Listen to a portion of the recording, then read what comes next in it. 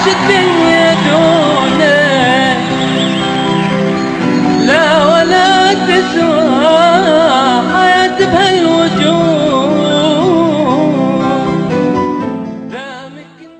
وقول لي نجيب ارفع راسك افتخر انت يمني.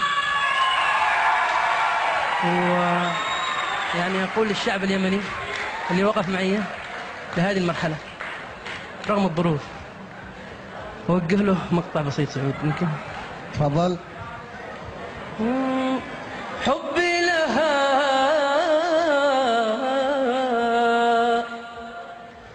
رغم الظروف القاسية،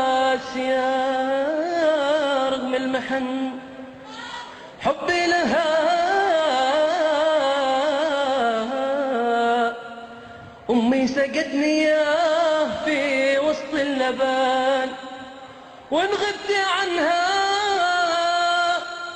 لأجلها حنيت.